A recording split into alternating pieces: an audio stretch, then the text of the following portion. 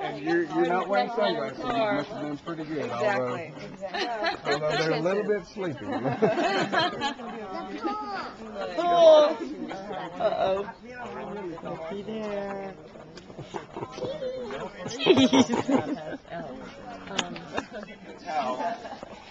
We've not had a rehearsal, although in some ways the last decade has been a rehearsal for this moment. We wanted to renew our vows, and this seemed a wonderful opportunity to do so.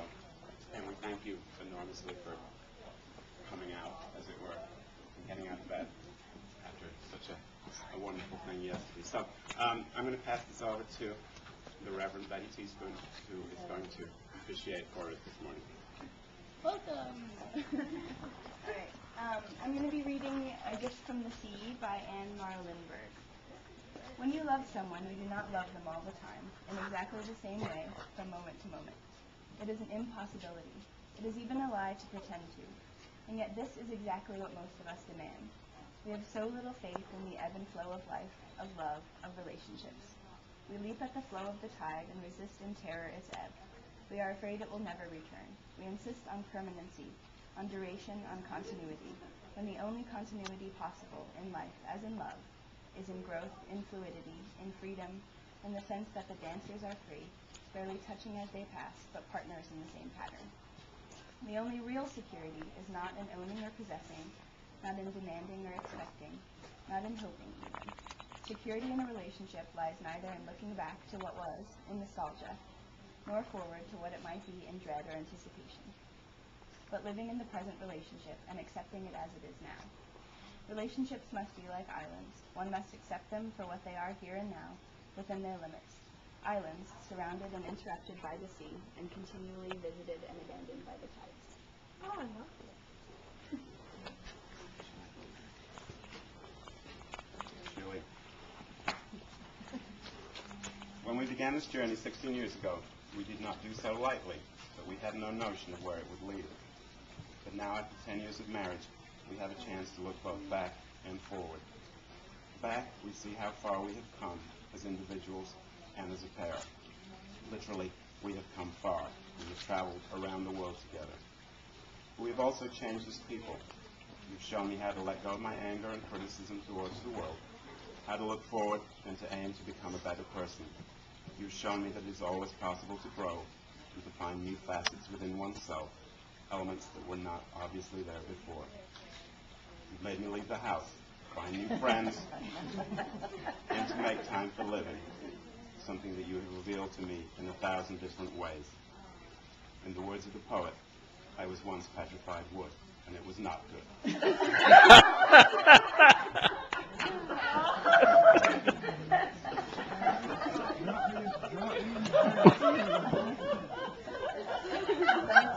Forgive me.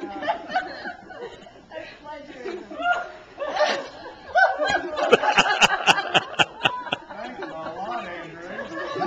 Oh my God.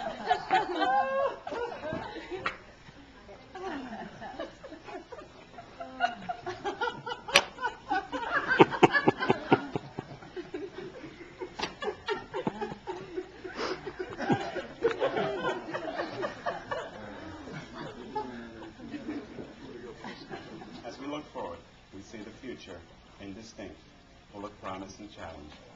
All we can know is that it will reveal itself to us day by day, and that is how we will face it together.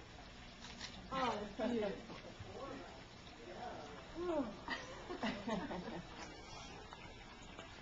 Oh. In 1999, there were so many things I didn't know. Like what color to paint the living room, how to run a small business, how to build a website or lay out a brochure, how to frame a pastel painting, how to work with a contractor, how to fire a client. I didn't yet know the joy of a small dog, the lure of the vampire novel, or the glories of BBC America. The one thing I did know in 1999 was that I wanted us to be married, and not just for the health insurance. Looking back, I feel like I had little to go on, All I knew really was that I liked how you pronounced cough and advertisement. Such are the things that marriages are built on.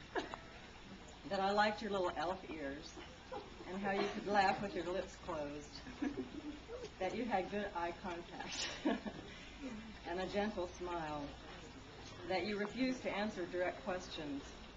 That you wore your underwear inside out.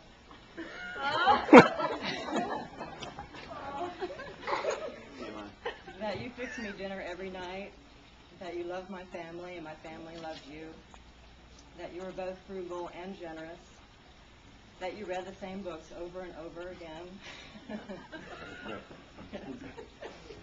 And I still like those things, but there was so much ahead of us 10 years ago. Dancing on a sandy beach in Mexico, adopting homeless dogs, building businesses and careers, letting go of 3 beloved pets, 4 if you count the fish in the freezer, being covered in kisses by small white dogs, renovating the barn for a man cave, screaming at each other in front of St. Paul's Cathedral, watching meteor showers at the North Rim, weeping at animal sanctuaries, showing our art in the same exhibition, enduring home renovation, sailing barefoot on the Caribbean schooner, friending each other on Facebook, turning 50, watching you watch ants on sabbatical, making a life and a home together in our own way. I'd like to repeat what I responded 10 years ago when asked if I took you to be my husband. Of course. I, of course, take you to be my partner still. I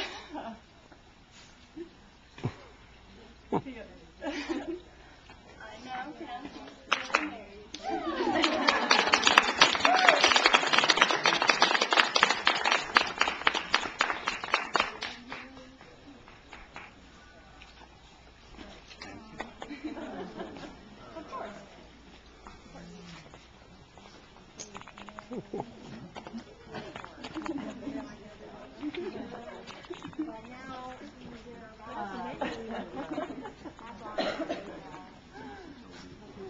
Let's go and apologize to my brother-in-law.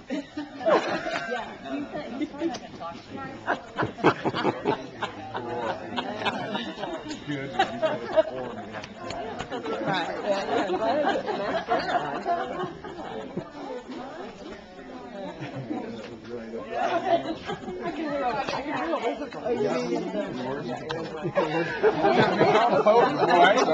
I was trying for wise man or poet. I can't decide.